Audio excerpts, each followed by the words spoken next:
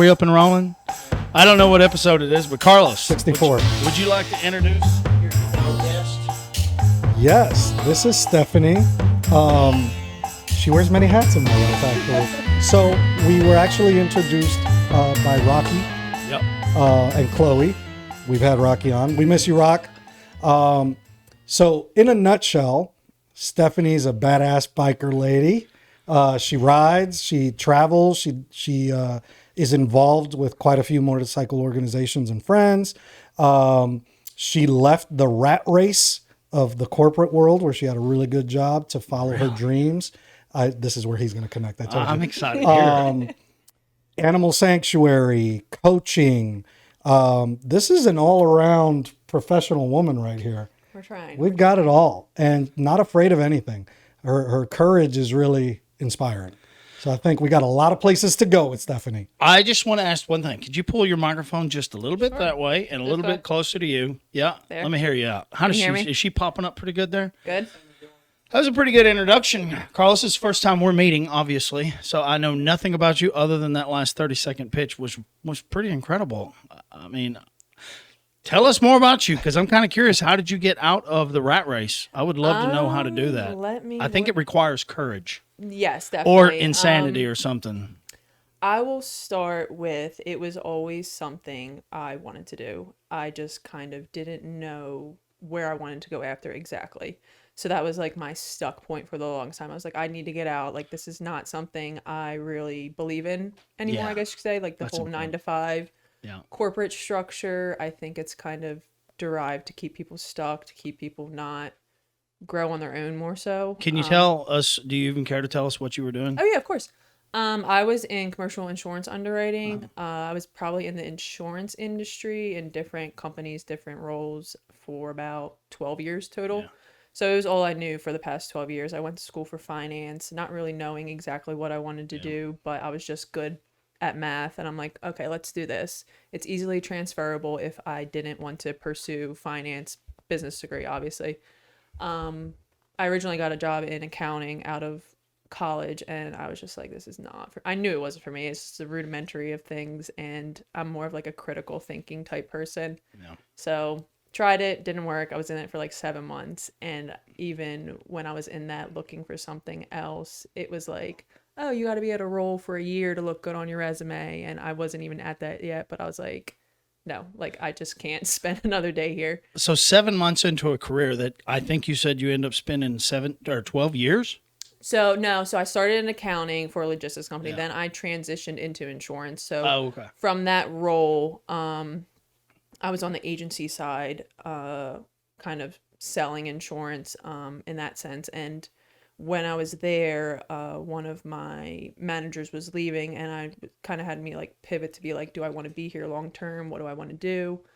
And just where the world was going, I kind of saw those positions maybe becoming like obsolete with like being easily generated through like computers or this or that. So I then looked to get a carrier position, which was with the insurance company doing underwriting. And I was like, oh, like this will always be around, especially for like commercial insurance. You really kind of need somebody analyzing, going through everything, all that stuff. Like there has to be a hands-on aspect to it. So I was in my first company for about 2-3 years and I kind of just kept like stair-stepping companies for salary increases, growth increases. That's the way to do it, isn't it? Yeah, ironically, it is. I don't want to hijack sadly, it. It's all companies. Yes. There is no reward in staying loyal to a company. No, and I'll even give a transparent, I don't know what to call it, but one company I was at, I was training a new hire. And I had word through the grapevine that this trainee was making more than me.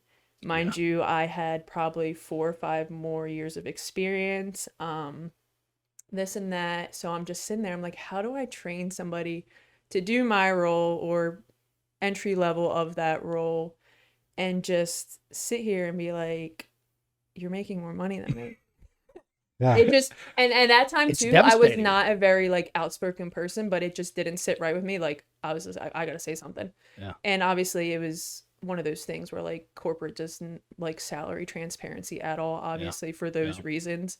And I had brought it up to my manager, and he was obviously taken back, like, how did you find this out, this and that. And I'm like, yeah, they don't want you to know. We don't want to go into details of it, but I'm like, I know what I know now. Like, this is not fair. Like, I have this degree, I have this many years experience. Like, we need to do like a market revamp of my salary, I guess you could call it, or whatever HR would call it.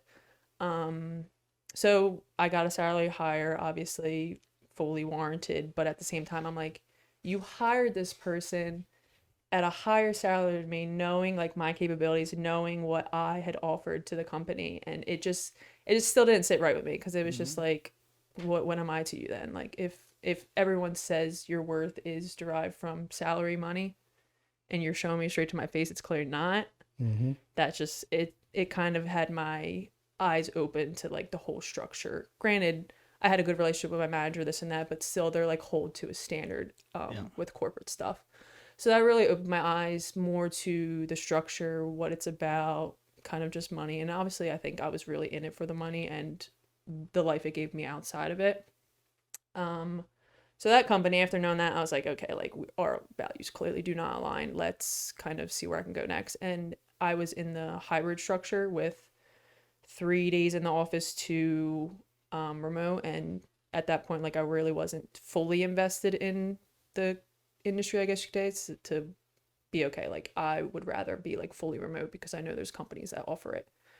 So I was looking for that. I found a role fully remote. They were out of New York, but I was able to work in Jersey. So this was the last company. She's a Jersey girl. Yeah. Jersey, yes. Oh, okay, but that's not why you guys know each other. No. I apologize. We met here. Yeah, you said Rocky. Chloe, You said Rocky. Yeah, okay, I apologize. My mutual friend that I actually knew I only knew her on social media prior to moving to Tennessee. I'll kind of roll into that too. So I was in a role out of New York, worked at my home in New Jersey. And about 8 months, I would say, into that role, my best friend approached me and was like, oh, do you want to move to Tennessee? Randomly. I still remember this day. I just get a random text. And I had always wanted to move out of New Jersey, just cost of living, everything. It wasn't a long-term end-all be-all for me. And so she approached me, and I was also in like a pivotal point in my relationship then, where I was just like, okay, like this is what I'm gonna do. Like we can figure stuff out before then. More so with where I was at that, because that was at the forefront. I'm like, I'm not gonna stay here for something that's really only keeping me here if we're not reciprocal, this or that. So I had to actually look for another role for fully remote, because my company did not allow me to work outside of New Jersey for like payroll reasons, taxes, all that stuff. So we find this is in October. We find, I'm applying to everything under the sun just to try and get to Tennessee at this point. We find a house, and I think it was in March.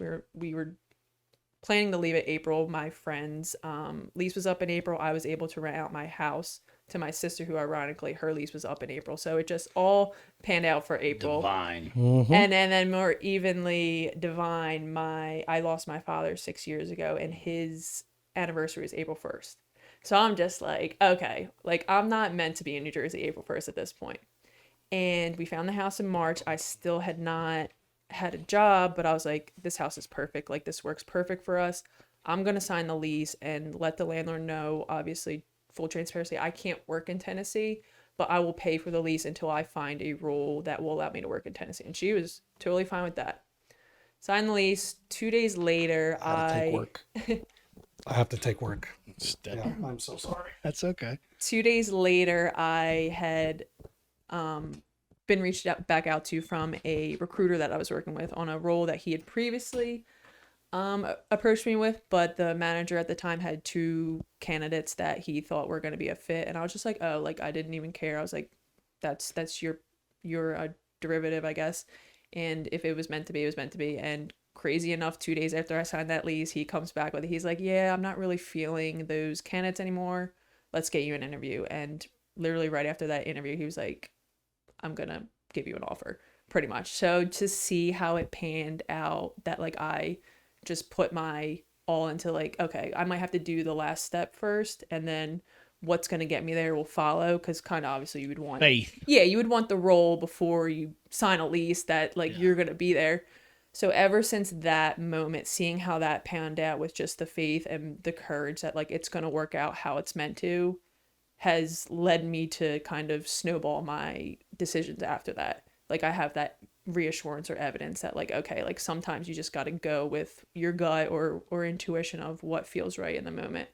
So that's a very pivotal decision making process, I guess you call it, that has led me to like all these crazy decisions I've made after.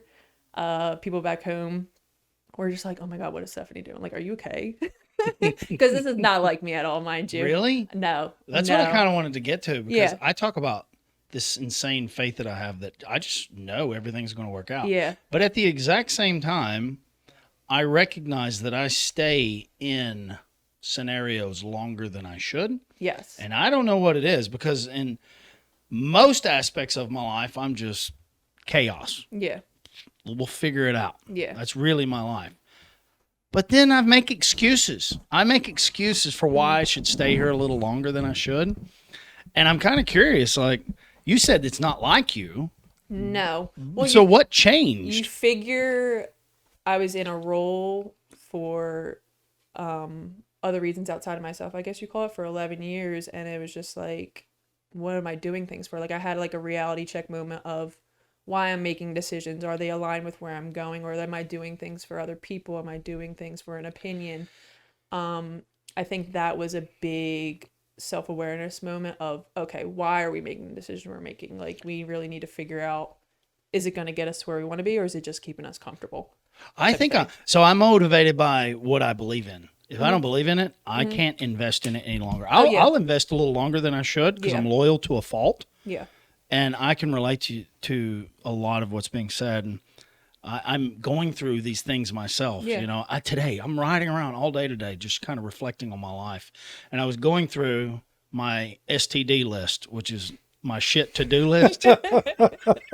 My eyes got big real quick. I was like, how do I comment We got all on these this? acronyms out there. that I are created this other list. It's called the fuck it list. Hey, And there was you like need one. 12 things on the shit to-do list. And I thought, I can't handle, like, that's why my nervous system is so overwhelmed right now. I've taken on too many things. My fault. And I started allocating a few things over. I was like, let's identify 3 things that we should be focused on. Yeah, 3's a good number, I think. Anyways, I'm telling you that because that's what I've been processing all day today, because I just want to run. You know, and I get to a point that I'm like, I gotta go. Yeah. And you don't know anything about me, but I do that periodically. I'll just take off and drive 3,000-4,000 miles. And the whole faith part, I talk about it a lot. I flip a quarter, and I just let the quarter kind of decide where I end up in the country. And it's fascinating to me that I have that kind of confidence in things that don't matter. But in my career, I have failure to launch big time. I mean, it's kind of sad and frustrating. So I'm inspired by hearing you, and I want to hear more about it, and like trying to understand how you got to a point that's like, I got to go. Yeah, I can get to that. I know exactly Good. where it hit me. Just to let you know, like that'll roll into another part because this is a very multifaceted woman. Yeah, we probably don't let us gloss over anything. I can't allow it to you go can stop. past. You can stop us. Because No, he's a great anchor. there's her self-reflection and all of this that led up to that led up to her helping other people with self-reflection, myself included. And then there's a lighthouse theme here in case you haven't noticed. And she's got part of her coaching life is called Emberlight. Emberlight. And you've got to see. Say it one more time. All of the Emberlight. So, Amber light. Ember, like an ember. Yeah. So Ember light, like a small Yeah. fire. Yeah. So I derived it as everyone has like an ember inside of them. The people that are like living their best life, it's like a roaring flame. Yeah. So the people that I look to help is dull. It's there, but it's not really ignited. And It just needs a little bit. yes, exactly. My Something I talk role about is a lot. to essentially light the ember. Yeah. God, we have so much. Ago. I told you, I knew where it was going to go. So once I had come up with like that idea, I was like, okay, we got to start with this. But where I had originally made the decision, I actually had my own coach. I got in February, I want to say, of this past year, just to help with like my identity work with the role I was in and knowing that like, okay, this identity is not going to get me to where I want to be. I want to be out of the 9 to 5. more entrepreneurial stuff. So you figure there's an identity that comes with 9 to 5. There's an identity that comes with entrepreneurial things. I've never done any of the entrepreneurial things. So there has to be a bridge of that gap essentially in identity, what you think, what you believe, how you act, all those things. So ironically, I came across just this coach out of nowhere. I just really resonated with one of her videos. And like, as I'm working with her, I'm starting to realize like, okay, you've helped me so much throughout this. And then we started thinking about like what I want to do, obviously, to leave my 9 to 5. And it just clicked. I was like, I want to do exactly this. I think we just fast forwarded 12 years, didn't we? Like 9 years, maybe? How long have you been in Tennessee? Tennessee, a year and a half. You've only been in Tennessee for a year and a half? So Tennessee was April 2025. Which is fine. I don't mind fast forwarding.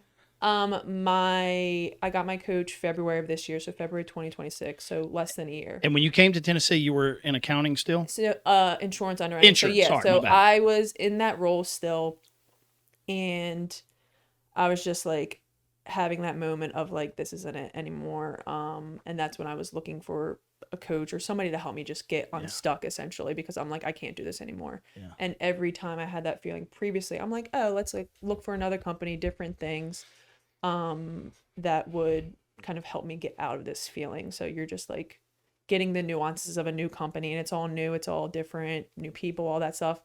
And I knew this time that was not going to work. And even more so, I had the pivotal moment, I guess, in March. I had my coach in February. I had gotten a bonus, biggest bonus I've ever gotten in my life. And people would just be like astounded by it. And I just sat there and I'm like, this is it. Like the number was ridiculous. And I sat there and I'm just like, this is it. This is your ticket. This is like my ceiling, I guess you could call it, of what that role was going to be the entirety of my life. I'm 35 now and I was making such good money, but to me it's like, okay, that's my cap. Like I could probably maybe 30 grand more. Wouldn't be fully transferred, but I was making probably a decent amount over 6 figures. Yeah. And so you were unimpressed. It still you were unmoved. Hollow. It was the realization that I was doing it for the money, and when I had gotten to that peak of, oh my God, like it'll be the next best thing, this and that. So chasing it for that, I guess you could say, and then finally getting it, it was just like, why am I doing it anymore? And people keep searching for more. Okay, that ain't it. So they'll make a horizontal move, then search for more, and you end up feeling hollow every single time. It just isn't fulfilling. Yeah, and what I equate it more to is that with money specifically too, is you're chasing a feeling that you think that's going to give you. So when you get there, you get the feeling and it's fleeting. It's like, what am I even doing? Yeah. So that's why even in like a coaching aspect, I try and really figure out like, what are you chasing? Because if you're chasing what you think this is going to give you, it's most likely going to be fleeting. It's going to be something you arrive to and you're just going to keep stretching the bar higher. So I guess backtrack to that moment in March when I got my bonus, that was kind of the hard hitting point, and I kind of discussed it with my coach, and I was like, I want to do what you're doing pretty much. Like I want to be able to help people with the things they're struggling with, the point that they're starting with in identity or a transition, I guess you could say, and get them to where they want to be. So I had said to her, I was like, okay, like, what do you recommend? She was like, well, I ideally would recommend like you starting it, building it to like 70% of your current salary. And then she was like, I didn't do it that way. I just quit cold turkey. And as soon as I heard that, I was just like, that's what I'm going to do.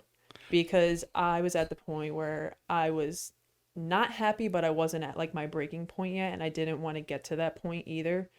So I was pretty much like, okay, I know what I want to do now. And if I open my laptop for this role, I'm not fulfilled anymore. I'm going to go crazy. Like, I'm not even going to want to put effort into that. So and for clarity, we're talking about going into coaching. Yes. Something. I've been like the friend therapist, I guess. Yes. Can I talk about it for a second? So I've always thought of myself, people tell me, you're a great therapist. I'm like, I'm not though. I'm more of I think if I could identify everything as like a coach. Yeah. You know what I mean? I can hold you accountable. Yeah, exactly. But I've always just done it as a close friend. People come to me for coaching. And that's kind of what I call myself. I realized it takes a toll on you. must be empathetic and didn't realize it because I would feel their feelings when they're going through a relationship breakup and I'm like helping them through. The empathy will do that. I started realizing this is unhealthy for me. And I think you need it to make it transactional. So there's some kind of monetary, not for the money, but there's something broken about it when you're just doing it out of love. Yeah. It takes a lot out of you. I feel like it's heavier when you do it for the love. It is heavier. Well, that was the thing too. And it's funny because, I mean, I was at a really good company and it will show in this when I had figured out my decision. I'm like, okay, like I got to bring it up to my boss now. Like I can't sit on this information. And that's kind of where I've been with a lot of things is when I know something, I can't sit in like the gray area anymore. Like I have to make a decision or something's got to give. So I called my best friend Leah. Tuesday, it was a Tuesday when I figured it out and I'm like crashing out. I'm like, I know what I got to do. This is like 11 years of history that I know I have to kind of not throw away, but like I say, it's like, okay, you're building off of experience now. But like your body is just like, your body wants to be comfortable regardless of what you think you want to do or what it's used to. It wants to be what it's used to. It's funny. Your mind can know one thing, but your nervous system takes a while to catch up. So yeah, and I'm fully aware of like nervous system regulation, all that stuff. And that's kind of why I wanted to make the decision to go like what I call it rock bottom essentially too. And I'll get back to when I called Leah, had my crash out and I was like, okay, I got to tell my boss by Friday. I'm like so nervous, obviously, because I'm like, this is the beginning of the end almost. So I call him and he's just like, what's up? And then I was giving him, I was like, I don't think this role, like I just went straight to it. I was like, I don't think this role is for me anymore. And he was obviously very surprised, but he was extremely understanding. And he was just like, okay, like, let's see where everything's at, what you want to do. Do you want to like do part-time and figure out what you truly want? Like, what business is going to tell you? Like, figure your life out, but like still be here for an income. And that was like another, I guess, point of test, I guess you could say, to be like, okay, like, are you going to give this your all? Or are you going to still like keep the safety net? Because that's what I saw my role as a safety net for salary, money, all this stuff. So my initial thought was, it was like, no, I can't, like my gut. But me and my boss talking, we're like, we'll give it a week. We'll see how you do. Because I was kind of like at a breaking point too, where I was just like, I don't know how much longer I can last. But they were going away, my boss and my manager, for like something. And I didn't want to just throw everything on them. I was like, I'll at least do my 2 weeks. We'll get through the first week. And by the end of the first week, I'll let you know about like the part-time decision. And I stuck with my initial feeling to like see if it would change at all through that past week, and it didn't. Can I jump in for just Yeah, sure. By the way, I have such a similar story. Right? Courage. I have such a similar story. I think it was like 2015, 2016. I can't remember exactly. But I've always been an entrepreneur. My whole life. I grew up in a family of entrepreneurs. My dad would buy a car lot or a gas station. It's all I've ever known my whole life since I was 5 years old.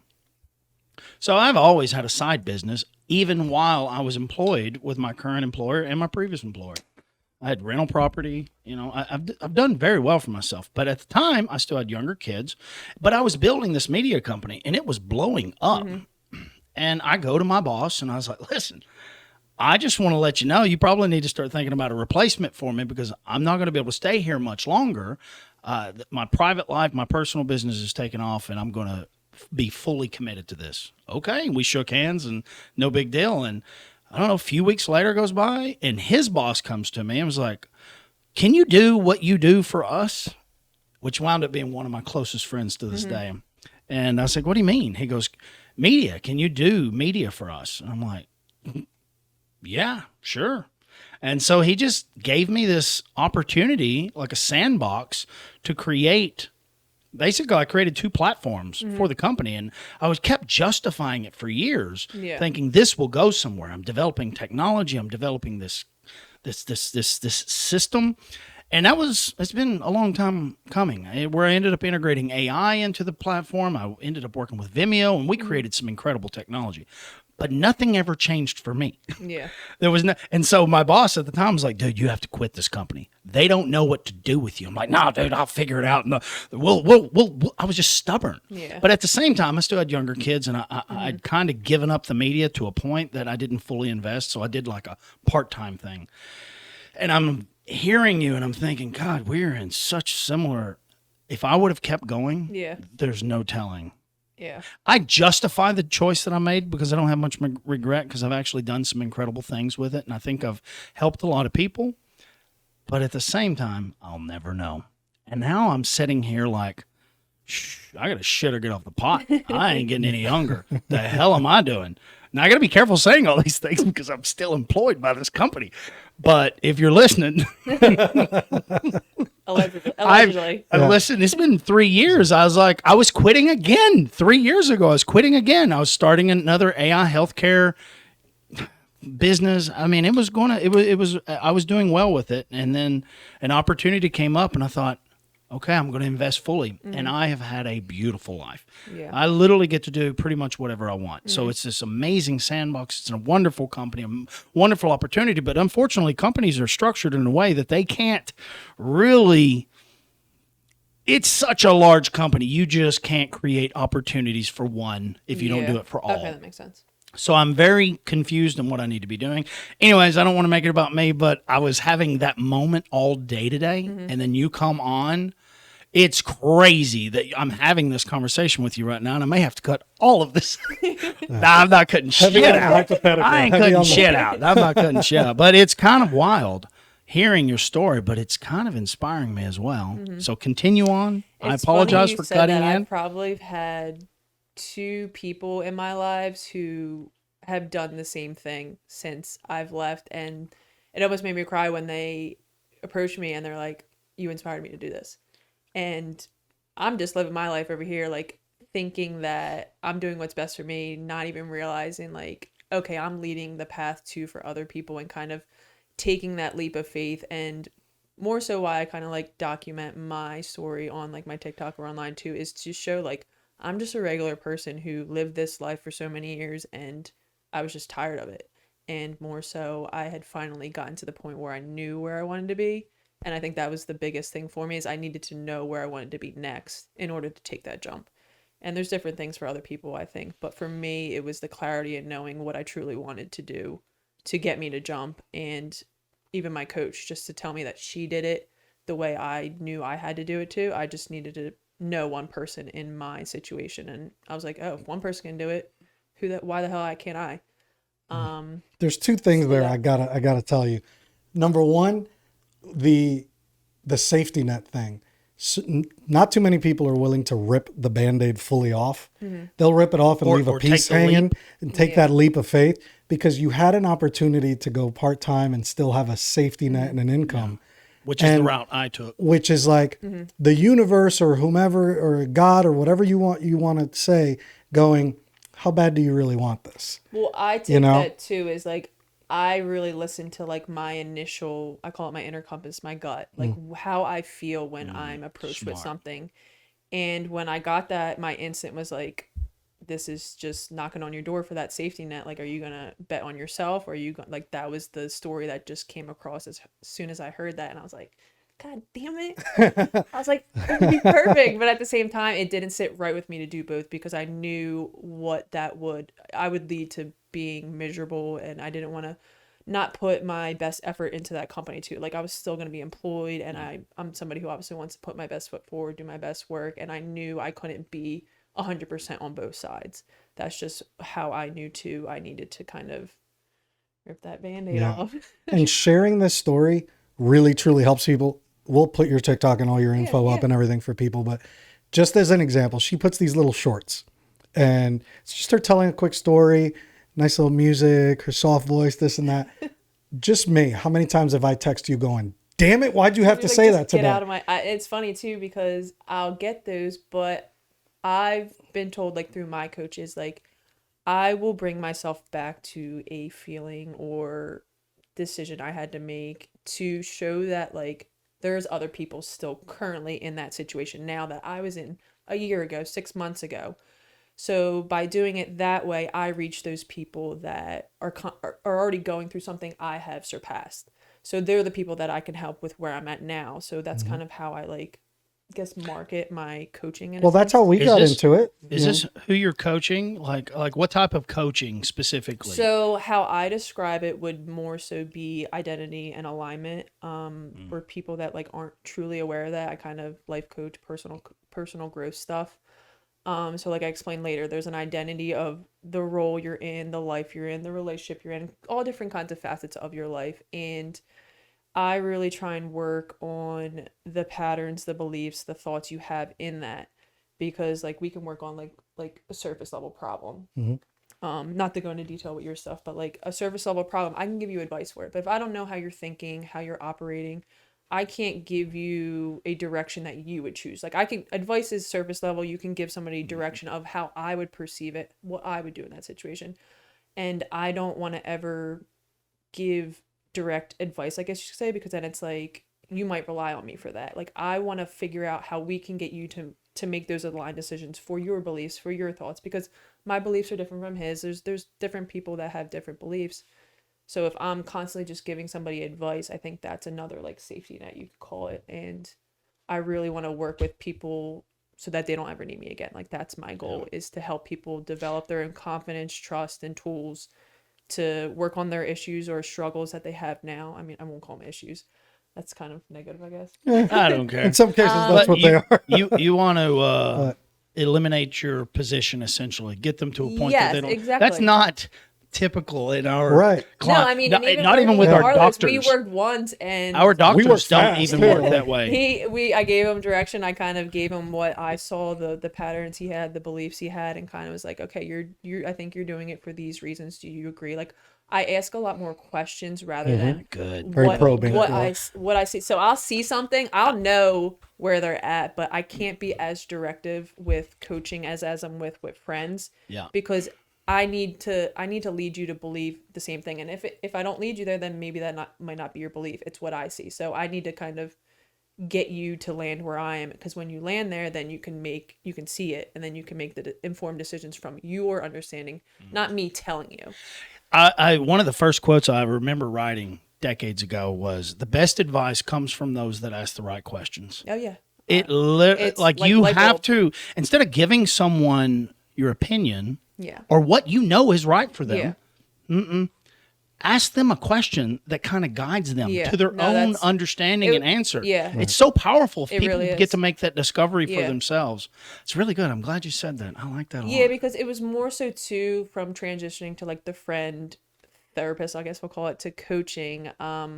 It is that learning curve of like, okay, you see something, but you can't be directive in that because they might not match up all the time. So if I ask the questions that lead to that and they don't really get there, then okay, it's a different belief, it's a different thought, and we just keep asking until we get the same spot. And sometimes, like, maybe I think we had one too, you just had like a light bulb moment and you were just like, oh, I never thought of it like that. And that's when I'm like, oh, okay, now I know where we are, and now I know where we can branch to. Well, also the biggest discoveries come from vocalizing, manifesting something by speaking it into existence. And it's funny because you're having conversations and you're rendering an idea down. You will speak something as if you've said it 1,000 times, but it's brand new. It's a concept that you've made. That is so powerful. And I think that's what good coaches, therapists do. They ask great questions that allow you to do some inner, inner searching. And dude, it's... I don't know how else to describe it other than You're right. It happens on every level. When we talk about just us sitting on the couch talking, whether it's just us or we have a guest, there's things you learn about yourself in conversation. Yes. Where we'll talk about something and, like you said, I've never said it before. Or when we're editing and I'm listening back to it, and I go, I said that?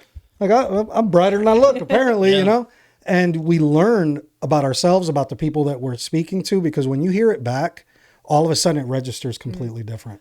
Well, that's the biggest thing with me too, and why I love being in this role, is that it also keeps me accountable.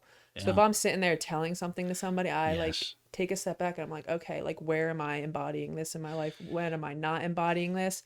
And I even had a moment with a friend when I first started. I was doing like a lot of testimonial stuff. Like I didn't feel valid in charging people. And it was kind of like about being seen online. And I was telling her, I was like, well, what are you afraid of? And she was like, of all like the people I know, this and that.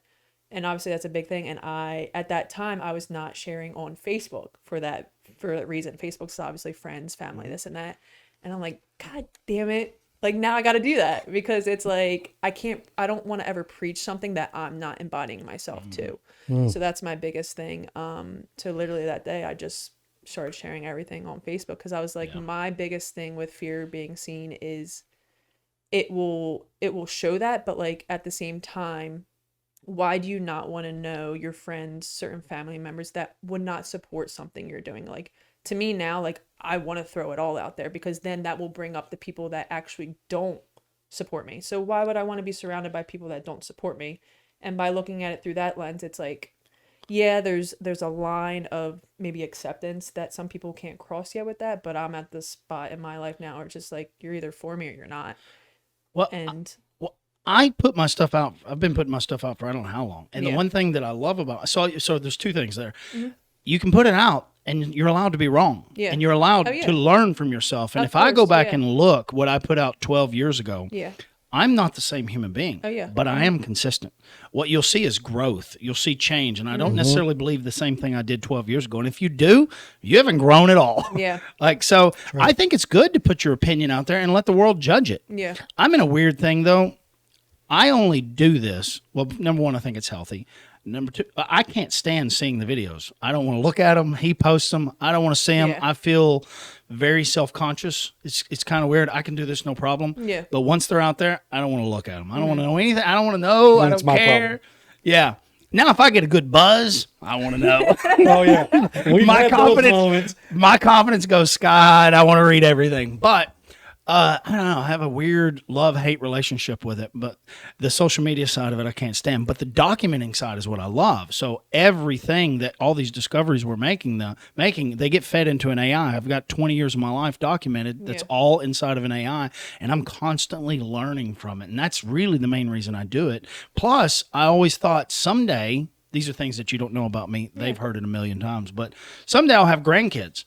You know, and someday he's going to go through a divorce, or hopefully not, but he's going to go through something difficult, right? He's going to go through something difficult. And if there's this library of information that he doesn't necessarily relate to right now, I would love to be able to turn to my dad's journals or my great grandfather, which I never met, and just kind of see how they navigated and just say, oh shit, I'm not alone either. Because we often put out what we do right. I like to point out what I'm confused about, what I'm searching for, like what I'm uncertain about. I really do that to create I'm not perfect vulnerability stigma too, because it's like, as a coach, giving all this advice, giving all this positivity, it's like I need to be honest on like what I go through too, to create like, I'm not some superhuman. I still go through the same things everybody else is going through, and I do a couple videos obviously when I'm going through it, and it's just like to show that like I need to work through things, I need to process things that I'm going to show other people to process through. And I think that's the biggest thing too, is to kind of show the not so good sides of personalities, or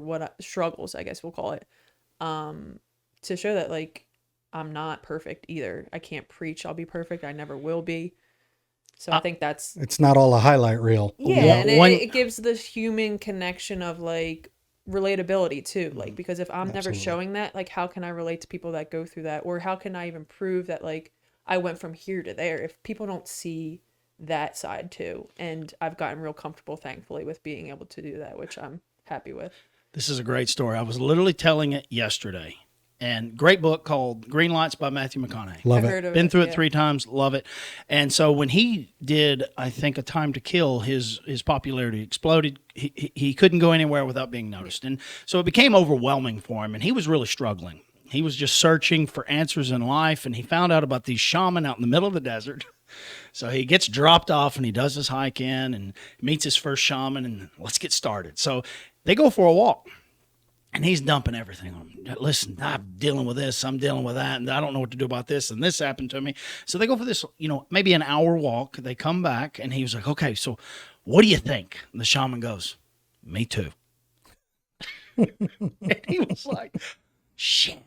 We all go through the same thing. It doesn't matter how enlightened you are, so to showcase that, look, man, you're going to struggle. It's inevitable. You don't do something because you have it figured out. You do something because you get to a point that you have enough faith to think, I'll figure it out. Life's going to kind of nudge you in the right way. Well, even last year, that's when I kind of had started like my online presence, my TikTok, about like my struggles and what I was going through, because it honestly was like a healing modality for me too, to like, maybe the first one that like I do get upset sometimes on them and I just like push through it. But it was just like, it was healing for me to start seeing the connection and the people that were going through the same things and to make them feel not alone. So I'm like, okay, like if I help one person through me sobbing on the internet, whatever you want to call it sometimes, it was like, it's all worth it to me. Yeah. And to be able to show people they're not alone in things. That's... And it even touched on, I had a best friend who passed from suicide. So that's a big reason why I like to make people not feel like that, because to have somebody so close to me kind of go through that and know, obviously there was struggles that was fought in the dark and never was able to get past. It's like, okay, like if I can show my vulnerability online and ultimately save one person from going to that level, I will say whatever I have to go through. And even more so too, I think that's why I go through my struggles and the things I've been through for the 35 years of my life, is because I am able to, I guess, what's the word, alchemize maybe, to the point where everyone else can see, oh, if she can get through it, I can get through it too. Like that's my biggest point with sharing the vulnerability, sharing the hard stuff, is just like, we're never alone in anything we go through. There's always somebody who's gone through what you've gone through. And I think that resonates with people much more than, everybody loves the positive. Everybody loves the good stuff and the rah-rah, but it's the hard stuff that sticks. Oh yeah. And because they're going through a hard time. That was part of my sobriety video. There's also the big portion of accountability to yourself. When I got my first DUI, I threw money at it and hid it. When I got the second one, I went balls to the wall public for accountability. Yeah. And those struggles resonated much more with people than all the good stuff. You get the high fives, you get all that, but the difficult ones are where people really hit. You know, I've recently learned the word hell means to hide. So that first one, ooh, yeah, I thought that was really interesting. Hell means to hide. I didn't know that. Well, that's why they say, like, and you're probably going through hell, hiding your, you know what I mean? And you stayed in it until you gave your testimony. Despite my own. Until you gave your testimony and expressed the struggles that you went through, you started being, what would you say? Not released, but, what is the word I'm looking for? Dropping the rock. She's over here using these fancy ass words. What was it you said? Hey, what was that word? I can't even think of a basic. Alchemize. So don't be using those. Our audience don't like it, or at least I don't. I transmute the pain into essentially like as an alchemy. Yeah, there you go. Transmute into something positive. But that's exactly what happens. And they say, like, we recover out loud so that other people don't have to suffer in silence. Mm-hmm. And that goes across all mediums. It makes so much sense. And I think those are the places, like all the messages and the things that I get are usually for those, not the high fives, not the good ones. 1,000%. That helped me through a dark time, or that helped me push through to the next day. Even if it's a day, I mean, that's the whole point, right? So what you're doing is exactly that. Mm-hmm. You're helping these people out loud, despite what you're going through or how it looks or sniffles or whatever. You know what I mean? And it resonates because I told you, there's been times where not even in, just in a broad sense, where she's talking about something and I'll happen to go across it. And I've told her, I was like, I've looked at it and I was like, why? I tossed my phone. I was like, I don't even want to deal with that right now. And then I come back around to it because it's sitting there, and what she said or what she was going through in that moment, or when it came up, because sometimes they've come out in weird orders, and it's resonated with something that I was going through, and it made me reflect on it. And I either talked to you about it, sent you something about it, or did something about it. Eventually I got to the did to, but I had to go through quite a few of those, like, damn it, I don't want to deal with that. And I'm tossing my phone. You put that the effort list. Man, it was on the effort. I don't want to deal with it list. That's kind of like everything I do videos on. It's in the moment, and I call it like these downloads I get. It's like, okay, you got to talk about this right now, and I see it more as because somebody like him in the moment needs it right then and right there, or whenever it comes across his page or whatever. And I've seen so many times it's like, oh, I needed this right now, and I'm just like, I take a step back and I'm just like, we're just got to keep rolling with this way, because I really feel like things are meant to hit you when you need them most. And I know if it hits one person, then I just keep doing all different variations of whatever I'm kind of told in my head, body, whatever, to speak about, and just getting that, I guess, reassurance or those confirmations of people saying things. And even more so too, I had somebody who probably followed me for a good 2 months and then had said something, and I'm like, okay, like, people people might not even ever say anything, and it still resonates with them. It's still helping them. And to have that confirmation too was just like, I don't even need comments. Like at this point, I just need to keep putting stuff out there and kind of create. You're planting seeds. Yeah, and create this positive ripple effect, I call it, in the world. My kids talked me into doing this. It's called Random Thoughts, an exploration of ideas. And I was constantly thinking about these, as you said, downloads, because I kept getting convicted to share things. And the first one started off with my fear of public speaking, because I was always behind a camera getting the best out of people. And people would be like, "Why aren't you on camera?" I'm like, "I don't do that." I do it on this side because I don't like the public. I don't like validation. I don't like good comments. I don't like bad comments. I don't want to know anyone's opinion. I just want to put it out. So that's how it started, was me just bullshitting on camera, talking about overcoming my fears. It's the first one I ever got in front of the camera, because I was making videos for years for my kids and families, just vacations, and then it got an audience, and that audience freaked me out. And I was like, "Oh shit, I don't want to do this no more." Long story short, I realized I needed to overcome a fear. And I started sharing it. And wow, the feedback was unbelievable.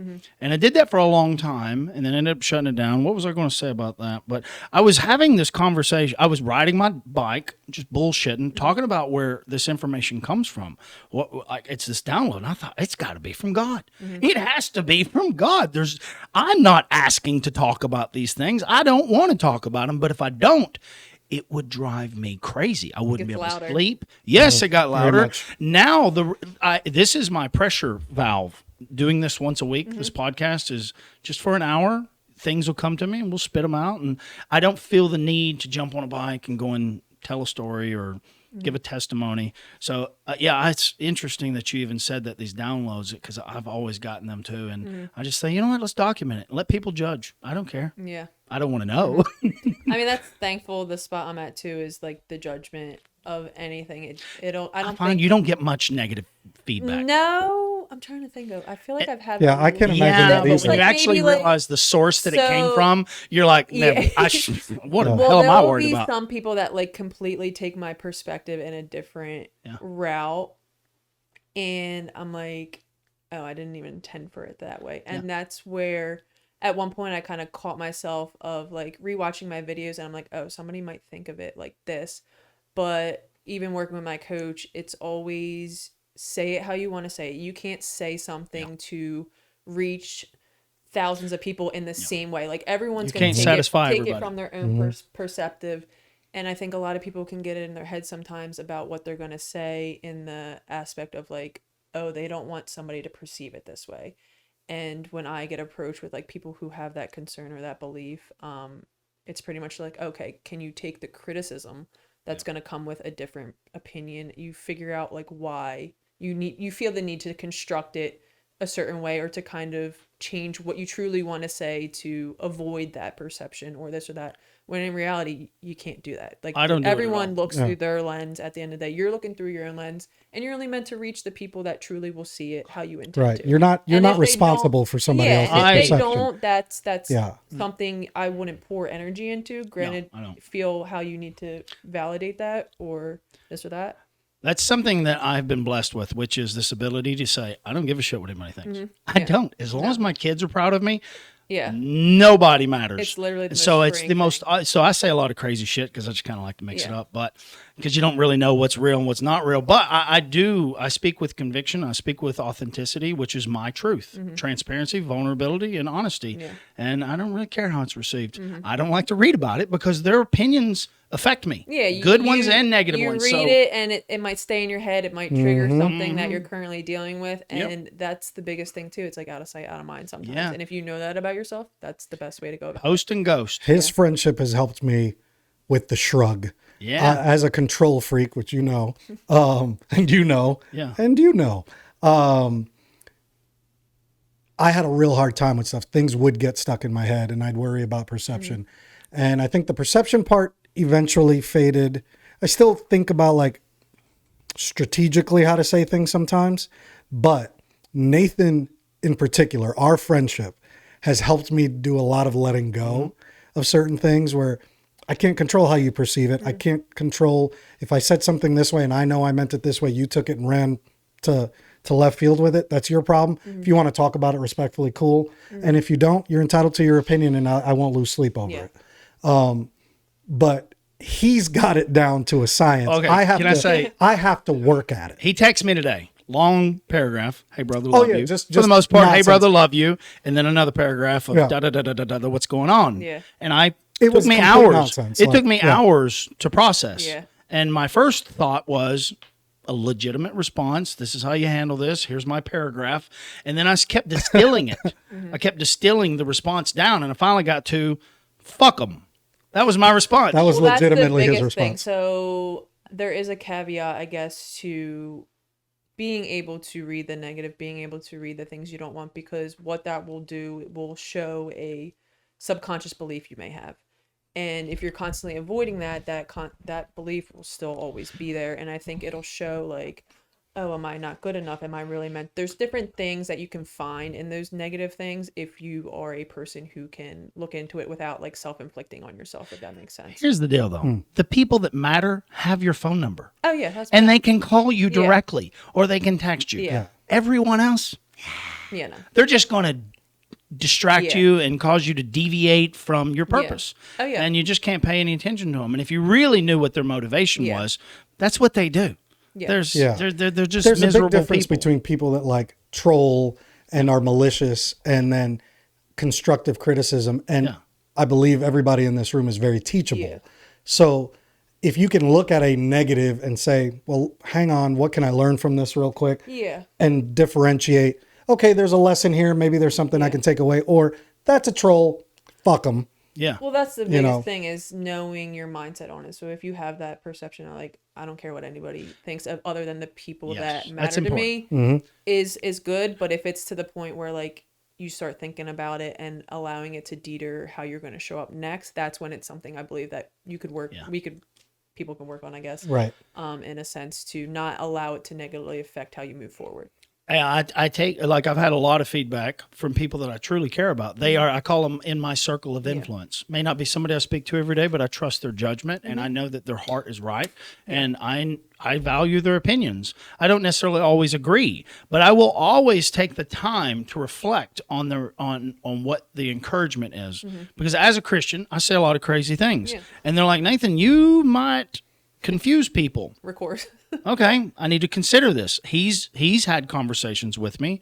I'm actually shocked you said "fuck him" here a second ago. I did. Well, I feel like I'm a bad influence. His eyes got big, actually. He's like, I'll just say we're gonna amplify the volume on that one. Well, I may change. I may not say those things as much, but it depends on my conviction. But I do consider what the people say that are in my circle of influence. I don't dismiss them. So it's not like I say that to everyone. I just say that to the people that don't matter. Right. I don't say it to them. I just think it and I feel it. And I mean, it's always good to have an outside opinion of the people you trust too, I think, to get that outside viewpoint. Because, we might see it one way, but maybe we might have missed something. And to have a valued opinion of somebody who has the same values or thought processes on things, sometimes it's good to see the outside of it. And you have blinders on to somebody that's been in your life forever, that you love, you've had you're comfortable with. You don't necessarily see all of those outside perspectives or the bad part. And I mean, that's more my role too as a coach, is to kind of see those blind spots that somebody might not see themselves. And even I need somebody that's like that. So to have that, I think, is a really good constructive tool, maybe we'll call it. Well, I firmly believe the only way you grow and update your belief system is to realize that you're wrong in some aspects. So getting feedback and learning from other people's criticisms, just be cautious where you accept the criticism from. So I say a circle of influence all the time. I've identified my circle of influence. He's in it, handful of people's in it, not a large group, but it's a small group, and I value their opinion. And if they say, Nathan, I don't feel you were right about that, I will take a lot of time and ponder it, and then I'll come back to them and not try to justify it or defend it, but I will shift. I will shift every time. It may not be a big shift, but there will be a small shift, and it'll always be there because I'm constantly growing. I'm not interested in what I'm doing right. I'm interested in where I can improve. No, and I think that's huge too, because I think a lot of people fight with that, is not being able to change their perception or their views on certain things. And I'm much like, okay, the biggest thing I think you can do is own up to like, oh, I had this belief before, and now I believe this. And it goes to show that like that ego that you have, that's like that is so set in the ways of things that it can be changed. Like you have different experiences, different people you meet, different things that are going to change your perception of things. Like I always say, it starts with your thoughts.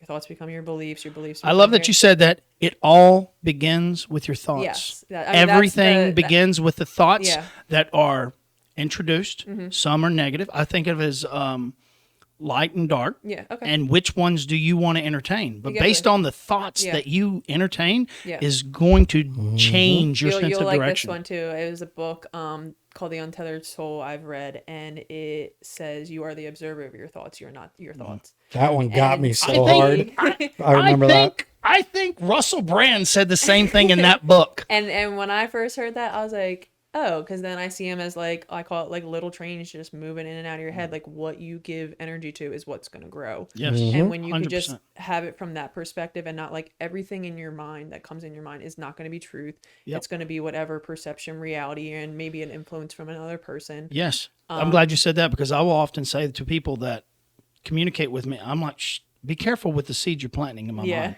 Be careful with the things you're saying, because I need to know if I need to spray water on it or Roundup. And I'm a little cautious with the advice or just little subtle things that people say to you. I'm always like, what's that motivation there? I'm very cautious. It all begins with your thoughts. You have to protect them. Yeah. And that's like my huge framework is thoughts, beliefs are in your actions. Your actions become your reality almost. And somebody said this, I think it was my coach. It was just like, your beliefs are just thoughts until you embody them. Like somebody can say, this is what I believe in, but if they're not acting upon it, it's just a thought.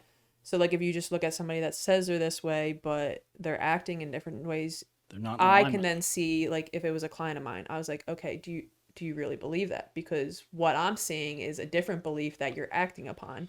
And it's more so that fight of, I want to be this person, but I'm not yet.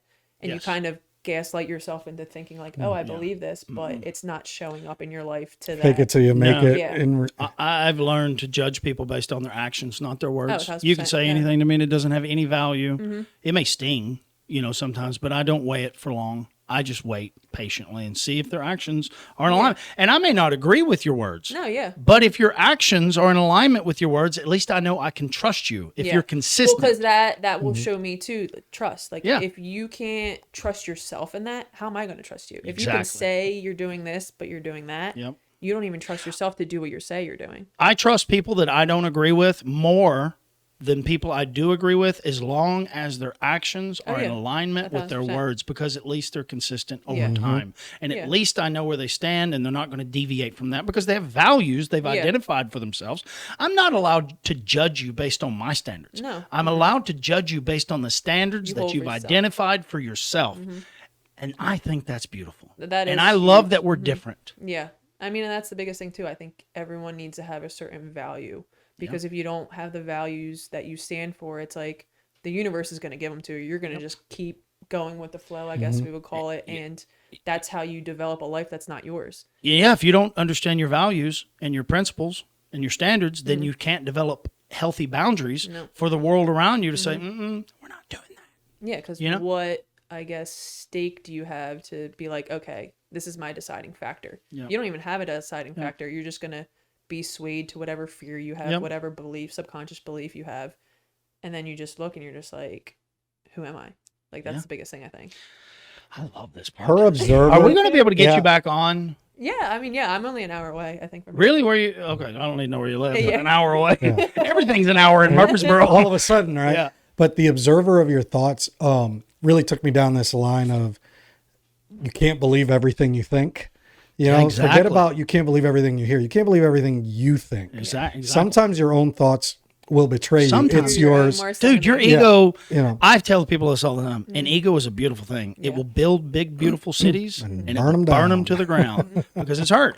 Your ego's there to tell you you're great and you're perfect. And your thoughts will mislead you more than anything. But you got to wonder where the thoughts were coming from. Are they dark thoughts? I really think that we get manipulated by the light and by the dark. And I'm just cautious with which one I entertain. That's why being the outside observer of your thoughts gives you more control. Not to go back to that word, but it allows me to look at it in a way where, is this true? Or is this an intrusive thought? Is this, coming from my ego? And I can challenge that from the outside and go, no, I don't accept that.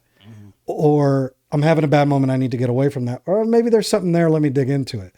I think that that was incredibly changing for me, that like in a positive way. I think the biggest thing is, though, you can't just leave it in your head. It's like a marble that's just bouncing around that never changes. You have to speak it, or you have to write about it. You have to talk to a coach, talk to a friend, talk into AI. I could give a shit less. It doesn't matter what just the AI's response is. Find some way to vocalize this. And so long before AI, I would just talk into a camera, and then I could hear myself back. And what I would learn from just listening to a 10-minute conversation that I had with a camera was fascinating. I made more discoveries from just journaling vocally or in my books. I've learned more about myself doing that than anything. You can't leave it here. You have to write it down or speak it. One of the two. Something happens. I'm a much bigger fan of speaking it because you can see the emotion and you can kind of feel when you're looking back at it or listening back to it. You can see like, oh man, look at my face when I said that, or like the inflection, or was I thinking, or like when you start speaking, you're like, oh, that doesn't really even make sense. Yeah. But it's in your head. It's like you're giving all these stories tied to it, and you're just like, you start speaking it, and you just sound crazy. And I'm like, okay, like that's not rational. I've looked at myself and gone, who's that talking?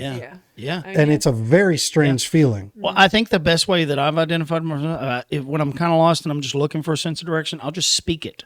And record it, and then as I start to render it down, then when I have a known concept of I've got it, then I'll write it down into a small paragraph and be like, okay, I've distilled this down to a concept that I believe in, and it's mine. It's there. It's locked in forever. Right. There's something special about that. Yeah.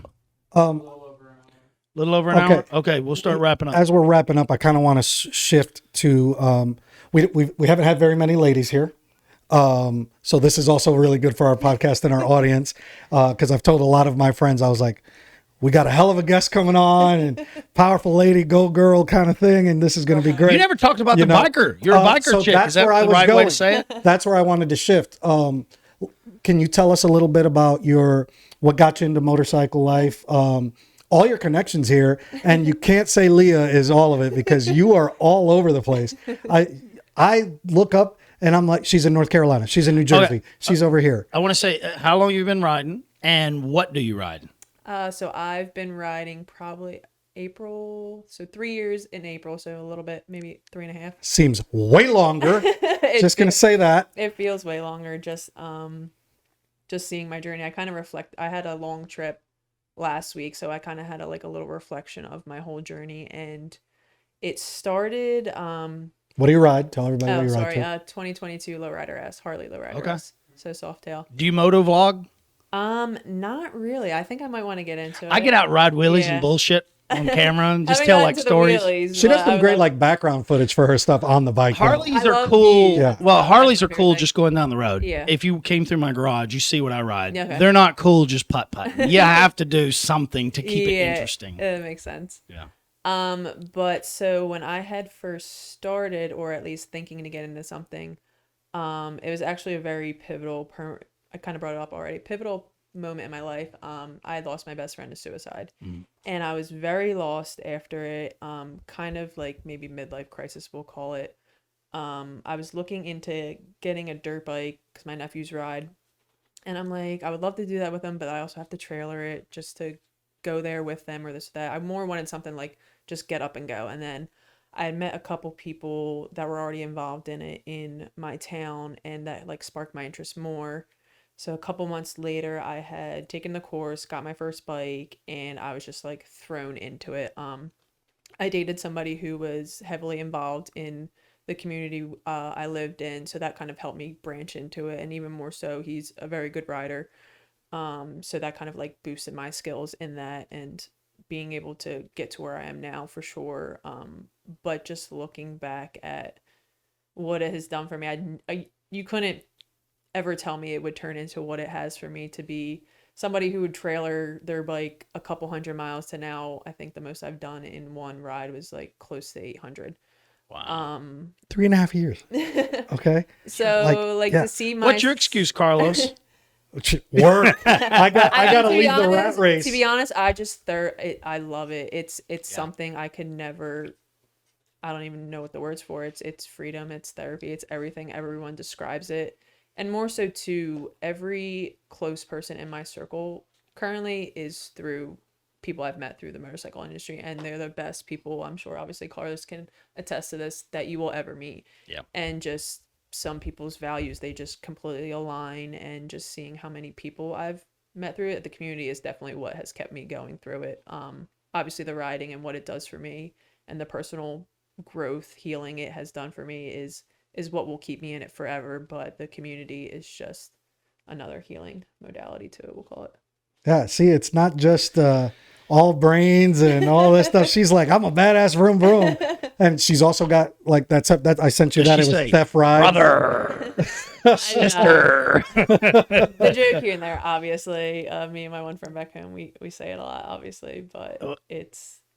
Well, I'm going to join the club eventually. I just got to get rid of a bike. He got real close. I am real close. I just don't want 3 bikes. Yeah. I've got to get rid of one of those to justify another bike. We're listed on Facebook right now. I did. Whoa, see? Band-Aid. I did. It didn't sell. Band-Aid. But now, going back to that real quick, because I've gotten a lot of messages about it, especially being involved in Hog. What would you say specifically to the ladies who are thinking about it, toying with it, a little afraid, used to being backpacks, that want to make that move? What would you say to that crowd? How would you encourage them? Because I think that's important, and we've gotten it a lot. If you have any ounce of desire, just a little bit, just to get that ball rolling, do it.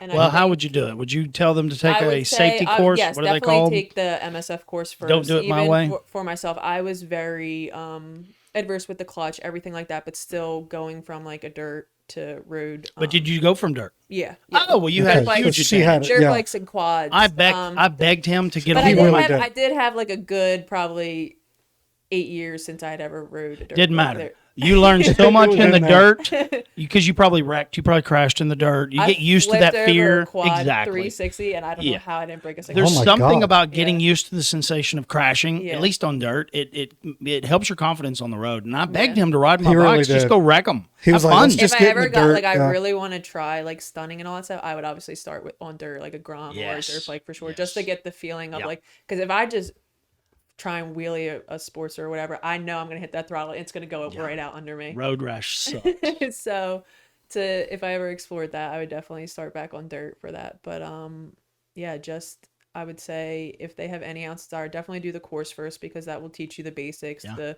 clutch, the weight, the counter steering. Because I was on the highway probably like 2-3 weeks after I first started. And it was the craziest thing to realize, like, you got to counter steer. Mm-hmm. Like, I was trying, because it was the first time I was up to probably 70 miles an hour following a couple of my friends. And I'll always remember that first time of trying to counter steer. And I didn't have the concept down really yet. But now I'm just like, it's like second nature. She says 2-3 weeks before she was on the interstate. I don't think I did that in 3 months. I was like, I would do anything I could to avoid it. My biggest thing was like, if I want to learn to do these things, I have to get uncomfortable. I have to push myself to a certain level.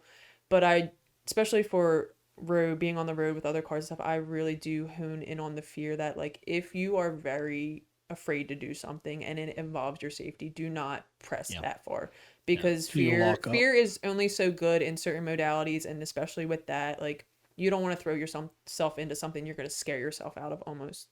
But like little exposure things of here and there, like you do need to touch on to get better, or to get to those speeds that will require you to be on a highway and your blind spots, people merging. There's obviously a lot of things that go into getting up to those standards. Yeah, you make me feel like such a wuss. No, I had to get tricked into it. I think you need to start with a pit bike or a Grom, something that's, it's not scary, and then work your way up. And then when it comes to counter steering, what I teach is to push. You want to go right, you push. Right. You push left, you push right. Yeah. And for some reason, that seems to help people. Yeah. It's not something I ever thought about. Yeah. I never even considered it because I just rode my whole life. Yeah, but it's second nature to you. Yeah. So I went from dirt to road, and it was a very natural progression. I couldn't get the lean for my life. Like, the only thing I struggled with was high speed target fixation. like really high speed pack riding, I started getting target fixation. I didn't know what it was. I was like, what the hell's wrong with me? But that's doing dumb stuff. Yeah. But that's something you need to pay attention because you're going to hit whatever you focus on. So look through the curves, little things like that. Much like your thoughts. It's exactly like that. I did a video it was. It is a thought. I translated it to the perception of when you're riding, and that was a hit to every motorcycle person because, oh my God, I never thought of that way. I was like, if you focus on the negative, it's just like a bike. You focus on that bush, you're going into that bush. Like, I don't know what you think is going to 100%. Yeah. But yeah, it's been a ride, and I can't wait to see where it takes me next. Well, I feel like we barely scratched the surface. I'll have to download this conversation, process it, and figure out all the low-hanging fruit we could have tapped on because I'm sure people have a lot of questions. I'd love to have you back on if you're interested. Absolutely. You're a great guest. And we were her first podcast, so I'm going to take That's pretty incredible. Sorry, whoever asked. We got it first. Is there any? The same day. It's funny, but. Well, is there any plug or whatever? Like, so you're doing the coaching now. You're doing that full-time? Yes, I'm doing that full-time. That's incredible. I want to know more about that. Yeah. I want to know more about that. I'll tell everybody where to find you, and we'll add the links, of course, later. Yeah, so my coach, I have 3, obviously. What? Different. My personal, my bike, and then my coaching. But my coaching. Okay, I'm with you. So we'll give the coaching is becoming Emberlight. It's becoming Emberlight, EMBERLIGHT, all one word, and it's been doing pretty good. I started it fresh because I was like, I could have started on my personal, but it's like that's for my lifestyle stuff. And can I ask one little question about that? Did you just say, hey guys, I'm a coach, and if you're interested in getting to know, you know, like how did you that's not even how I derive things. It's funny.